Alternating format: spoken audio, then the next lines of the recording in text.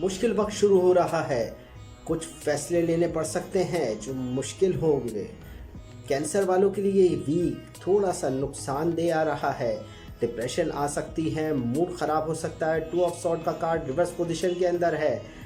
Second card दी moon का upright position के अंदर है। दोनों ही कार्ड नुकसान का अंदेशा दिखा रहे हैं।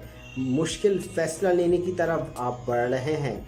Love life, family life, relationship matters के अंदर मामला कुछ हद तक ख़राब है, मगर चेंजिंग आपके हाथ में है, क्योंकि दी मैजिशियन का कार्ड लास्ट वाला अपराइट पोजीशन के अंदर मौजूद है, जो बता रहा है चेंजिंग लाई जा सकती है। Love life, family life, relationship matters के हवाले से फीलिंग बेटर रहेगी। आपका खुद का मूड ये फैसला करेगा कि ये वीक आपके लिए कैसा होने जा रहा है। अगर मूड ख़राब, बहुत ज़्यादा टेंशन लेकर रखेंगे तो ये वीक मज़ेदार नहीं होगा। अलबत्ता द मैजिशियन का कार्ड बता रहा है कि वक्त को एंजॉय करें, अपने हालात को बदल आप खुद सकते हैं। Cancer weekly reading.